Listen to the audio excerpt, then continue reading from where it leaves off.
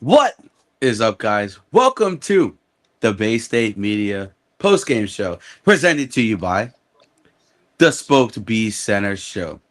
And today we have a very special podcast for you guys. It is Bruins opening night and Canadians opening night. And with that being said, clap it up real quick for all the boys in here, real quick. Yes, sir. We have my good man Ben, Mr. Canadians fan. Yes, sir. He's got a lot to talk about. Clap it up for Mr. Canadian fan real quick. It was a very good game from them today. I have nothing negative to say about them today because those empty net goals look crazy. And I tell you, that didn't tell the whole story tonight. Clap it up for RJ, Mr. Bruins fan in his Boston jersey. Kevin Yes, sir. Pasternak, the GOAT. Yes, sir. Yes, sir. If you're not Yes, on Twitter, sir. you wouldn't know it.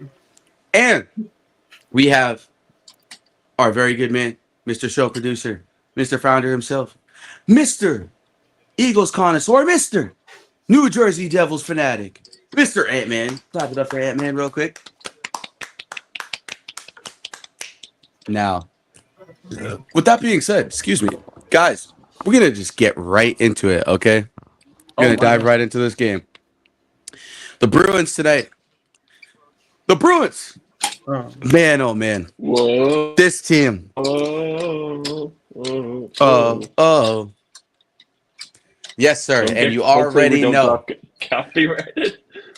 I know this was a Capitals team that overachieved last year. And I know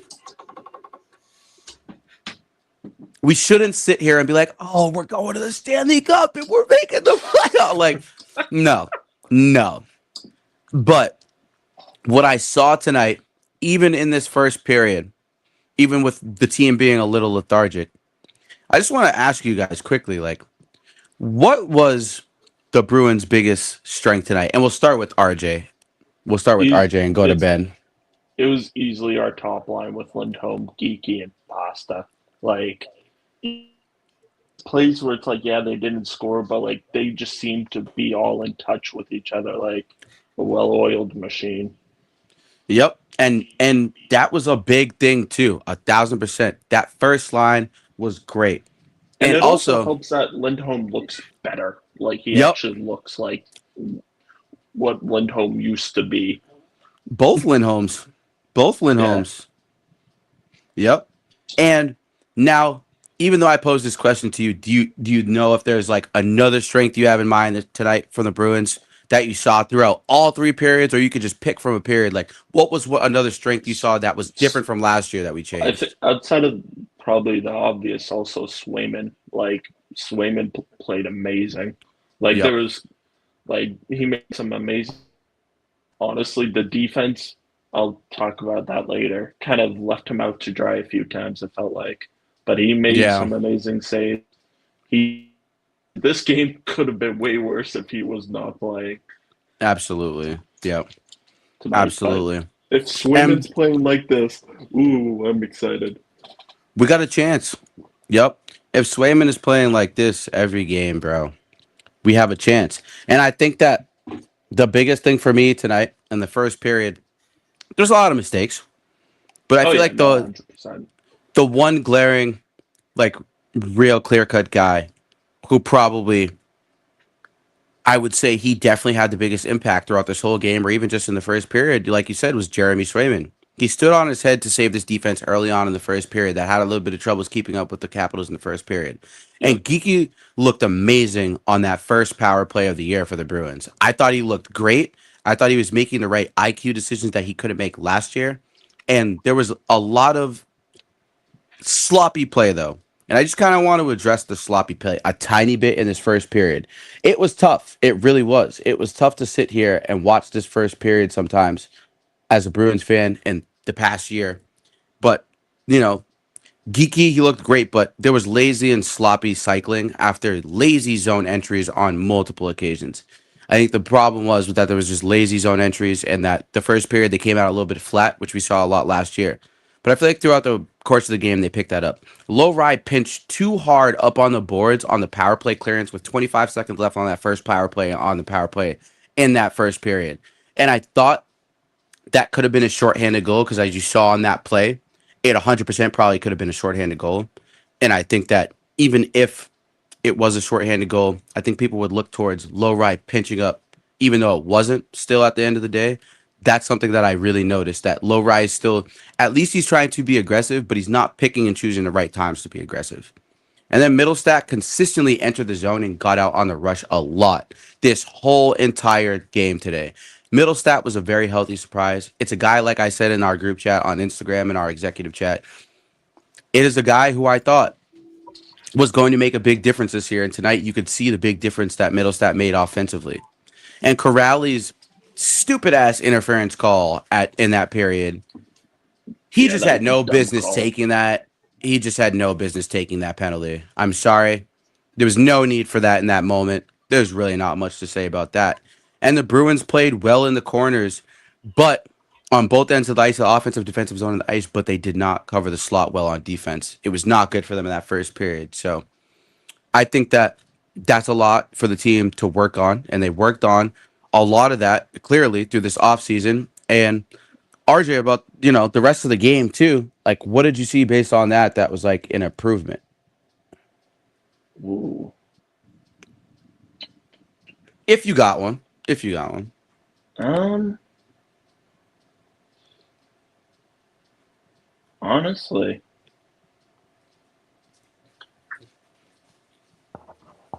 I'm like really just trying to think about it now. I literally Well, just watched the game and like now I'm like, huh. Come back to me because I'm still trying to think about this now.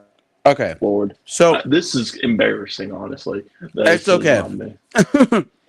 This is why I take notes at all times. Um, I, I'm trying to get better with the note taking.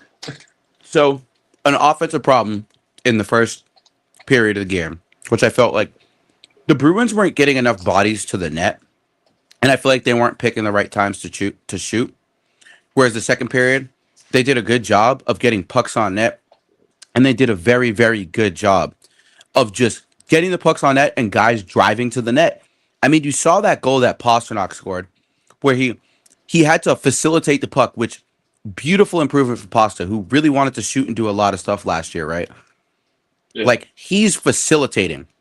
He's just hitting the open guy and guys knowing that they can give it back to him if he gets himself open. That looked like a very healthy improvement from last year offensively. And you just saw Pasta getting into these dangerous zones to make a play as our best player. That is a big thing. Not even just in the zone, the neutral zone too, to get on the offensive rushing, or excuse me, to get on the offensive entry opportunities to enter the zone. He was just wheeling and dealing and distributing. And I feel like, being the best player on this team, that's like a leap he can definitely 100% take. And he took it last year. But I feel like this year, it'll maybe put him up into a stratosphere, a different type of stratosphere. And in terms of, is this what we're going to look at as maybe him being a top three player in the league? If he can do that and facilitate and actually get the puck to where it needs to be on times he doesn't have to score or put himself in the right positioning to score. And on that goal, we saw he literally took a turnaround shot, used his body, repositioned himself. Remember, he started that play entering the zone, got down to the left corner, and circled back around from that left corner back to the point to go shoot that shot. He had to move the puck and make a couple extra plays to do that. Did it set up in the end a goal? Absolutely. yeah, And I feel like that's something last year we just weren't able to do consistently. And I feel like if that's something we can do this year and this team can stay healthy, I saw a lot of physical play too. That was yeah. another thing, dude. This team was hitting tonight. Tanner Janot had an awesome fucking hit that first period. You just I don't know who number 3 was on the Capitals. I completely forget. But he went to go Matt in for Roy, that Matt hit. Roy, Matt Roy. He went and laid him out against the boards. And like that was early and a tone setter. And for the rest of the game, you could see that hit definitely had a tone setter for the rest of the game. So that's kind of what I saw throughout the first kind of period going into the second. And also, terrible penalty to take halfway through that second period. I completely forget who took that penalty in the second period. But in a time like that where we have a momentum and we're going back and forth, like that should have been a period of time where the physicality was working, and that's just where you have to be disciplined. But overall, I guess RJ, what do you Honestly, think? so, Oh, I'll Was say the something biggest about that. weakness tonight too? After you say that, what was the biggest weakness tonight for the Boston Bruins? After you tell me your sentiments. Honestly, like we're just talking about that second period, but if I remember, I heard correctly watching during the game, the Capitals actually outshot us during that second period. 18, it was 18 shots to 6 shots. They We got did. out. We and honestly, we're still like you kind of said, we're still kind of like sloppiness. It's still very sloppy. Like I'm watching this game, you're like, ooh, the Yep. There's a play, couple plays in there where I felt like, Low Rye could have made a better play yeah, on the power play a lot of and times and on that pinch. I also felt like a healthy surprise on the power play, excuse me, was also Elias Lindholm, or just yeah. in general. In Like I general. said earlier, Lindholm looked way better than he did last year, Yep. and if we have him like playing good, we finally maybe have our number one center again since Bergeron. Yep. And it would be awesome if him and Middlestat can rotate timing. And what did you see from Middlestat tonight? How did you feel about Middlestat? Honestly, Middlestat kind of looked. He looked good. He like moved out on moved about the ice very well. I think. Oh my, I do not know hockey terms well, so it's like No, it's okay. Yep.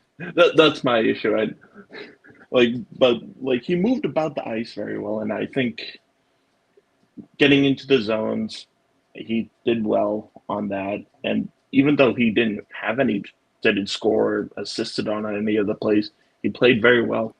Yep. Absolutely. And I felt like one other thing too from Middlestat, he just constantly got on the rush. He was constantly trying to get out there and create offensive opportunities.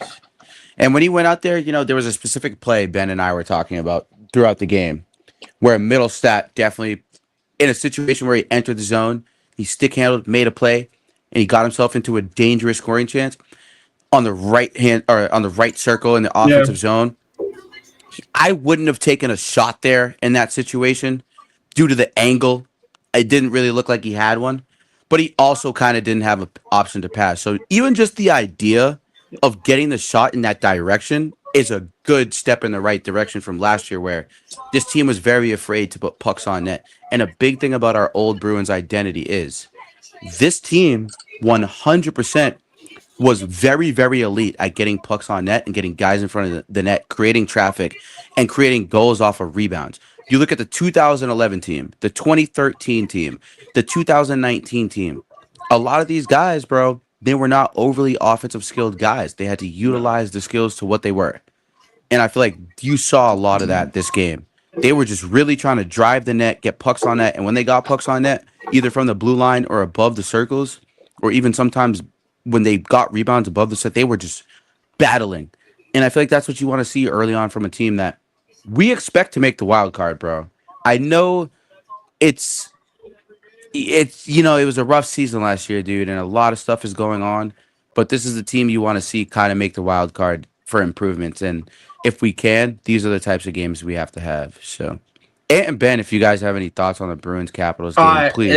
I want to come back to the middle stat play that we're talking about. Mm-hmm. I've personally I've always liked middle stat play, whether you're playing Buffalo, Colorado, or Boston, because Mm-hmm. he always had this play for me that I liked, just driving, like skating up the ice, driving the play and stuff. Yep. It's the type of player I like, and seeing that play actually like taking the puck up the ice, driving the play, and having a scoring opportunity for himself, even though that was not like the right decision at the moment, even and but there was like a passing option, so it was like kind of the best decision. Right. That I noticed that immediately because I don't think we have seen a lot from the Bruins, especially last year, especially in the second half. Yep. After the line, I don't think I've seen that. But if we if I see in first game tonight from a player that is good on his skates and can lead the play and stuff, I think that was very good to see. Yep. And that's the key. You just said it. Perfect hockey term right there. Leading the play. That's what you want to see from a top six forward. Yep. You want to see that. Can he lead the play and put guys in a position either to score or put himself in a dangerous position to score or pass? And I feel like Middlestat did that a lot tonight. And us Bruins fans, we're just looking on improvement. Like, if we don't make the playoffs this year, I mean, shit, it is what it is, dude. Like, we're not going to be upset. But these are the types of things we want to see improvements on, especially when Don Sweeney has signed an extension and Neely doesn't look like he's on his way out the door. And I think, and I'll stand and die on this hill. I love this organization and I love this team and I love everything we've always stood for. But I think Neely is the glaring problem. I'm sorry. It just has to be said. There was a lot of ragging on Don Sweeney um, this past season or the past 2 seasons, honestly. And I just don't think Bruins fans get how hierarchy kind of works in this situation when it comes to this. And we're just looking at X, Y, and Z, and these players have to be held accountable or the past players have to be held accountable for the shortcomings that we were able to face in those years where coaching only does so much and front office only does so much. And I feel like Sweeney has probably set us up to put ourselves in positions to win on multiple occasions. And the players have come up short, and he's just been the scapegoat. And I don't think Neely is getting enough pushback here.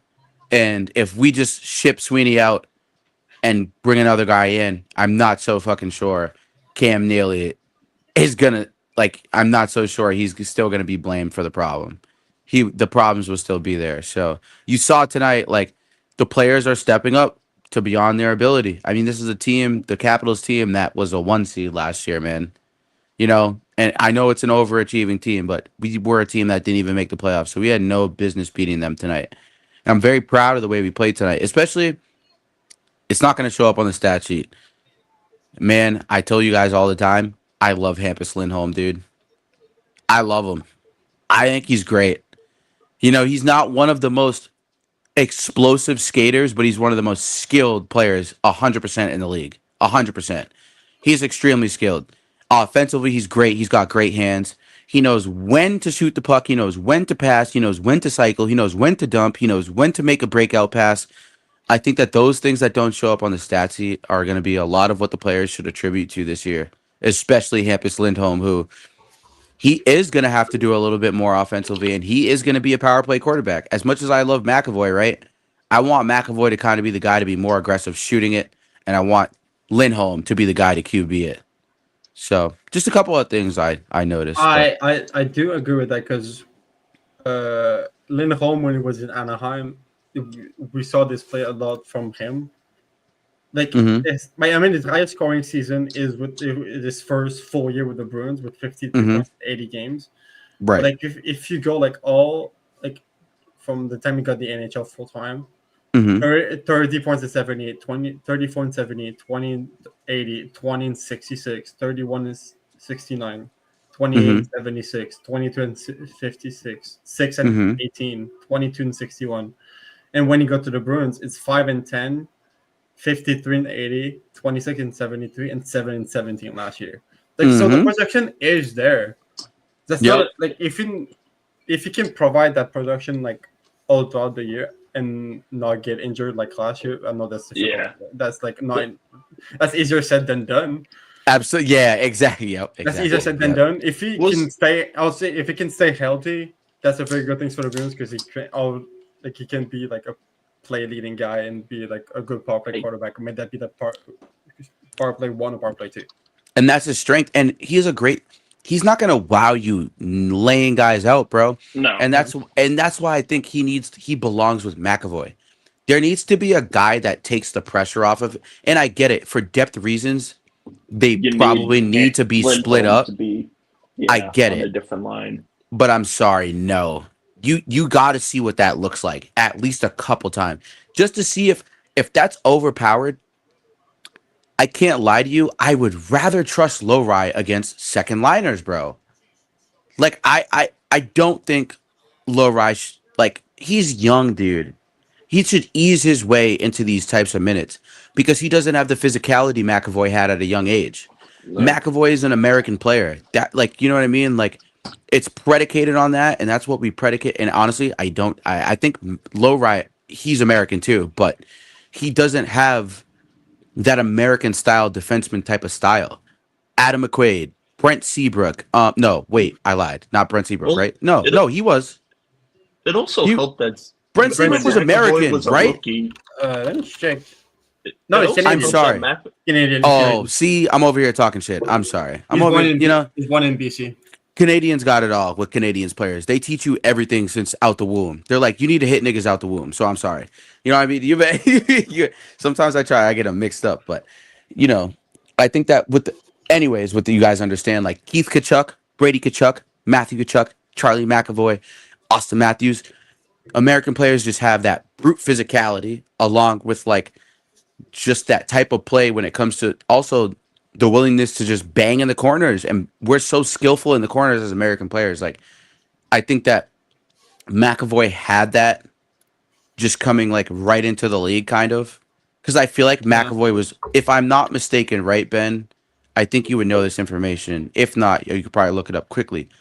But I don't think McAvoy played fully in the NCAA, right? Oh wait. Oh, he did. I want to You're say right. he played in the Canadian No, Hockey you League. no you play. You played at BU. Oh, He his played. whole entire time? He played two. He came up in the U.S. national team development program. Uh-huh. He did 2 years there. Then he did 2 years at BU, and after his second year at BU, he signed with the Bruins. Yeah, I was Huh. gonna say, Okay. I'm pretty sure he was with BU for majority, like I pretty I much that guess whole I'm time. just thinking of like the international play, obviously, like you said, the development team. But Yeah. Yeah. I felt like he got that experience. Like I was saying, he got that experience against Canadian players who have the skill and the physical and just everything combined. Whereas like he got that early on, whereas like Lowry, I don't know how much he's been exposed to that, to be quite honest with you. Like he's scared tonight. And like I saw it tonight against a Capitals team that was very physical. You going up Physical, against yeah. guys Ferravari and um Thomas Wilson. Like, Literally, I just thought yeah, of for what happened earlier. Like for the player you just named, Ferrari. Bahari, literally had like McAvoy pinned against the goal, the Mhm. net. What Like was it? the Capitals are a During tough team. Lindholm's Yeah. goal, right? It was The during Capitals are a Lindholm's tough goal. team, and the reason why they were so good last year is they just beat people up Like for all year. They just beat people up. yeah. To go And to go to go on. go ahead, yeah, talk to me, I was talk about to me. I was about to go on the low right thing. Absolutely, yeah. Yeah, his path is different from McAvoy. He went to the ECHL, not the development program. Then Yeah, the see, NCAA. a little bit lesser, lower level skill, obviously from the development team, which you're going up against the best of the best, even when you're on the development team. Yeah. So, NCAA, he played 2 years at Ohio State. yep. And that's another thing too. Like, you know, he went to Ohio State, which, by the time he went there, a growing program. At the time that he went there, it Yep. was a growing program. Yep. It's not a program that you consider a contender. When you think of contenders, you think of BU, BC, Michigan. Colorado College, Michigan. You think Yeah. a guy, you know, like Michigan State. You know what I mean? Like Yeah. I don't think it was Minnesota. Minnesota. Yep, Minnesota. the Gophers, Absolutely. yeah. The Gophers. And then, you know, I you feel think like I'm forgetting some team. I feel like am too. I'm forgetting a couple, Yeah. but you know, with those programs, you know, coming out the woodwork, Wisconsin. There you go, Yeah, Wisconsin. I'm yeah. sorry, that was another one I forgot. Wisconsin. That's another good program. But Providence you look at is these, good as well. you just look at their pass, and then you could see the difference in play style between them, and they're the same body size. Like actually, if I'm to be real with you, I think Low Rise like a little bit tall. He looks a little bit taller than McAvoy. He really Yeah, does. no, I think he is. And they're listed both at 6'4", I think, if I'm not mistaken. Let me check. So for me, like them both being listed at 6'4", like if not, I feel like there's only an inch gap at most. Give me a second. But their play styles are very different. And you know what's crazy enough is I think low rise offensive potential is better than what McAvoy's was coming in.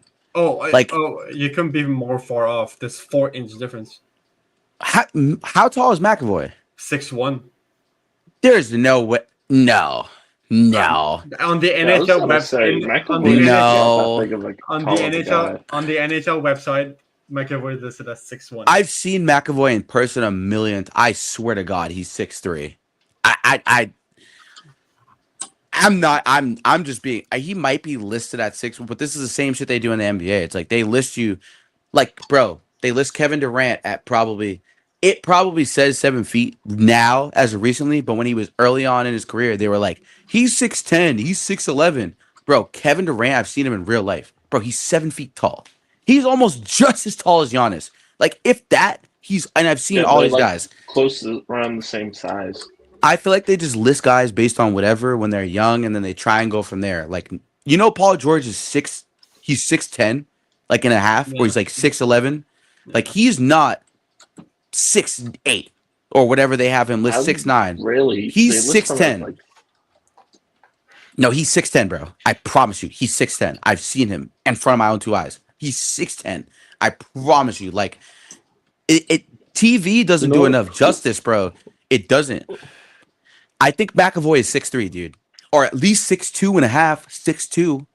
I think him being listed at 6'1", there's no way he's that small. Because Hampus Lindholm is like 5'11". Really? Yep. Yeah, he's like 5'11", and Lindholm? McAvoy, Why Lindholm? Hampus Lindholm is like 5'11", Oh, 6 feet. I have bad news for you. He's got to be, bro. He's not taller than McAvoy, dude. He is. How tall is he, bro? I was gonna say Lindholm's. I think was He is like 6'4". I don't even know. I guess TV does it for I me. think Amari. I think your eyes are going. I haven't because I haven't seen him play in person. I'm just going off what I've seen in person. That's all I'm saying. I'm not going off of like on the TV because the TV makes little LaMelo Ball look 6'9". Like, you know what I mean? 6'10". Yeah, he's not that tall.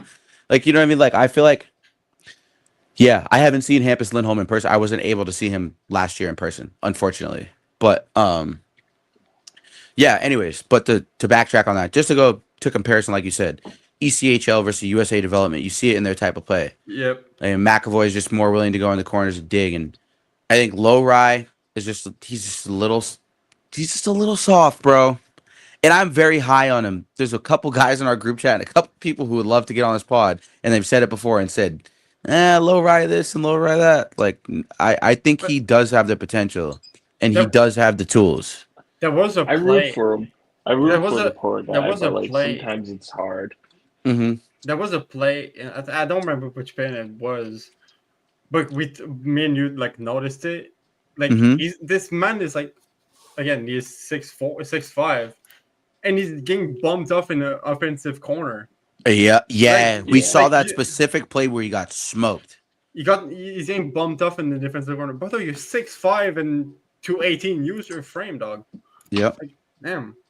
Be aggressive. Be aggressive. No, not wrong at all, bro. You have to be, especially where this has been our team's identity for what 15 years, bro. It's 2025. Yeah. This has been our team identity for 15 years. Something's got to fucking give. McAvoy also had a lot of great defensemen when he came in the league. When he joined the Bruins, look who was on that. Who was on our defense at that time? You still had Chara. No, he did. No, absolutely, he did. But I also think it comes down to like McAvoy has to be that guy to also kind of probably play with him, you know? Yeah. So that's just something to think about. Yeah, you know. But guys, what a beautiful third period. Not much to be said about that. Way to close out the game. Yeah. I think, they definitely did a better job closing out this game than they had last year, where they had a lot of dump and chase situations, trying to go 5 minutes on, dumping the goddamn puck, or getting the puck out, going in the neutral zone, doing X, Y, Z. So I felt like they did a good job of keeping a balance to close out the game. But now, to move on to, honestly, what was the game of the night, probably. Honestly, we don't know what this 10 o'clock game, because it's Kings Golden Knights. This shit. Kings Golden Knights and Edmonton Calgary. Yep, and I'll tell you, I'm very, very fucking excited to see those Golden Knights tonight, dude. Mitch Marner. It's already the end of the first. They're losing 2-0. Oh, hey Ooh, Martyr. Hey Martyr. The grass might not be greener. Hey Martyr. no way. The grass might not be greener, Martyr. It might not, my boy. I'm trying to Yep. Holy. The grass is not Oilers are up greener. 2-0 also. That's well, they're playing Calgary, so you know Yeah. The if Kings are angry from losing 4-1 last night. So Yeah. yeah, yeah, the and Kings were playing. you can't blame them because this is a Kings team that has to prove that they can beat these types of guys. Yep. So Marner does have the most shots on goal though with 2 the Kings might with be for hungry the this year, Knights. bro. They were hungry last. Like honestly, even though the outcome last night was wild, they were still hungry last night. They fought all the way till the end. We watched that game, and you know, I think Yeah. that with that being said too, we got to sit out here and really see the Kings for what they are, honestly. They might be a dangerous team this year, man. They got a lot to prove. And they got a huge chip on their shoulder, bro, from last year. Huge. Because they weren't even supposed to be where they were at last year. For real. And Edmonton, they gave Edmonton a run for their money. Don't forget that first round. Don't forget. I know we was in there shocked that first round. No bullshit.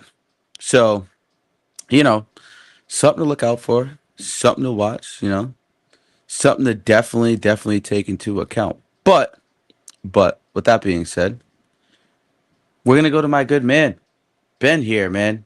Talk to us about this Maple Leafs Canadians game, and then I'll chime in a little bit on what I And kind of my, saw. I have to cut my notes. Jesus Christ! I just I read. was also kind of, I'm not gonna lie, I was sneakily watching the game on my TV while I was on a business call. So I was watching the Canadians game, so I can chime in a little bit. But you have the floor. It's all yours. My end. You can change the panel. I'll just say Yeah, thank uh, you. Yeah. to. I mean, to start. I mean, just I don't think the score summarized the game because it was a close game. It was a literally 3-2 game before 2 empty net goals. Right. I'm not saying we lost because those are empty netters because we were already losing, obviously, but it doesn't define the whole game because we played better than the score shows. Even though it was still bad at times, like the third goal, the defense was something. It was literally like a counter attack, and both of the defensemen didn't have a stick, so we couldn't defend anything. It was like four players on the ice.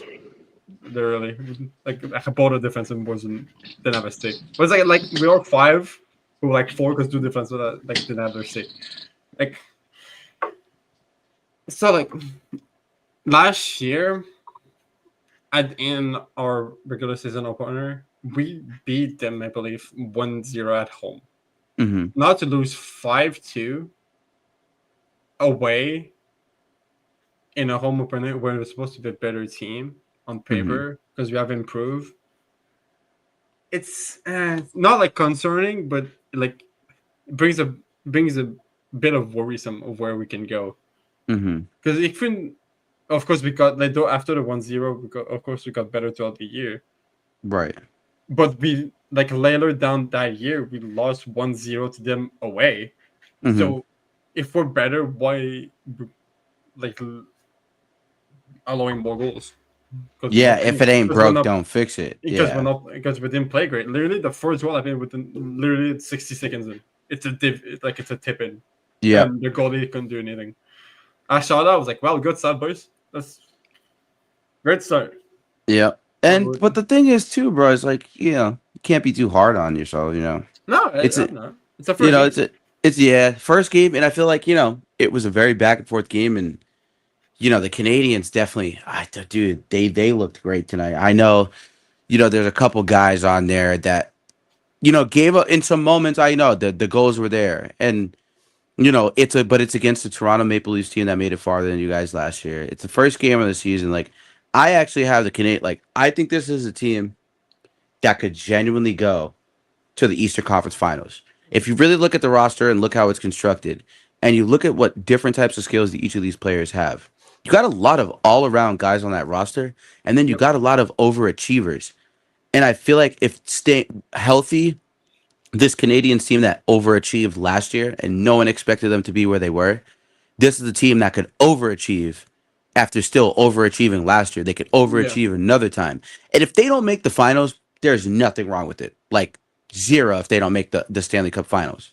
Yep. But if this is a team that makes the ECF, this is a team that's going to have to maybe, reevaluate the following season because I think that I'm very high on them, the following season on what they could do to try and maybe, depending on what the goalie situation is this year, that might be the one thing that could hold them back. And I think that the top 9 is great. It's one of the best top 9s in all of the Eastern Conference the Canadians have. There's too many skilled guys. I wouldn't quite go that far, but all right. I don't know. I feel like there's a lot of guys who overachieved and a lot of overachieving last year. Like, a team like myself, the Bruins, who made the playoffs before the previous year last year, right? No one expected us to miss it. You guys made it. You know what I mean? That's a big thing. And this year, now you're expected to make it over us, And like now, looking at these first couple games, I know we won and you guys lost. It is what it is, but I wouldn't take too much of that into account going forward. Yeah, I mean, literally, we had quite literally kind of not like I don't know if it's still classified as a rookie, but we literally got like a rookie playing second line center. Yeah.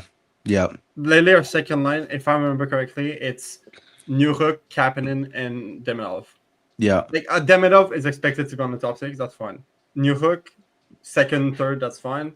But Kapanen, the second line center, that tells you that we need a second line center. Absolutely. Yes, Kapanen is good. He scored his first NHL goal tonight. It was beautiful. It's short-ended too.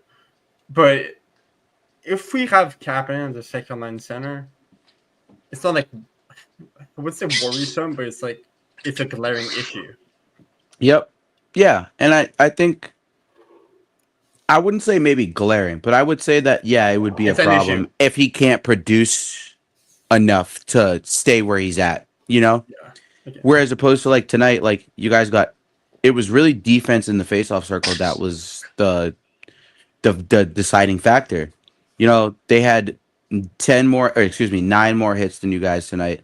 They won the faceoff circle 61% to 39%, which was probably the biggest difference in the game. Honestly, if I'm going to be real, the faceoff circle was the biggest difference. Excuse me. And the block shots, they outblocked you guys. And, that's why I think Montembeault giving up 3 goals tonight, I can't be mad at it. Like, No. The defense really wasn't there up to par in comparison to the other team's defense. And I'm not going to blame Montembeault for this loss. Nick Suzuki, Slavkovsky, and Caulfield were a -3 tonight. And I know plus minus is not everything. I get it. But a -3 is that's a little. I wouldn't say glaring. It's more so noticeable. Like it's not an issue right now, but it's noticeable. And I think also Lane Hudson, I don't think -2 should be taken into account tonight. I think that it's not his fault. The third goal said it was his fault because it was the one that has one of the defenders that had a broken stick. Oh, okay, yeah. I mean, he literally said himself that was his fault. Yeah, I mean, but I don't know if he'd be the problem. No, like it's not a problem for the loss, but he said the third goal was his fault. Yeah, he contributed, but I wouldn't say he'd be the overall issue. And then, on the other end, bro, just a beautiful night from John Tavares, a veteran, and William Nylander, another veteran, as well as Morgan Riley. Like, those are what you want to see from those guys too. And it's the guys that were to step up and come out to play tonight for the Maple Leafs. They did. The veterans, man. Austin Matthews with a goal tonight. McMahon with a goal tonight too. So. And Brandon Cole is +3 as well. So. I know they're empty netters, or at least Matthews was an empty netter. McMahon, McMahon even strength. So, McMahon was the first goal of the game. Yeah. So, hey, played up against a very, very good team. Very, very good team. So, well, we go back tomorrow. Yep. Playing against the Red Wings. Going here tomorrow, going up against the Red Wings, a team that this should be a game where the Red Wings are also a young, hungry team, Yeah, and this shit, That game could with their easily core go now. either way. With yeah, their core now, the Red Wings should be making the playoffs at this point. But they've been the very wild card at least, but I yeah don't the think they wild should card. be. Yeah, maybe not in the division, but the wild card. Like their core is too good to not make the playoffs. Yep, absolutely. Yep, But they 100%. always underperform for some reason. yep. So it should be a good game regardless. It's John Gibson against Dobish. Absolutely. Yep. Yeah, absolutely. It should be an amazing game. Ant-Man, do you have any thoughts for us tonight, or are you just over here producing? You over here producing? I didn't watch either game. It's all right. You're a And Devils fan. We ain't Alright. pressuring you. Lame. So Nah, he's a Devils Wow. fan. When the Devils are on, yeah, wow. Wow. That was You a know. joke. That was a joke. At least his team is 0-0 and not 0-1.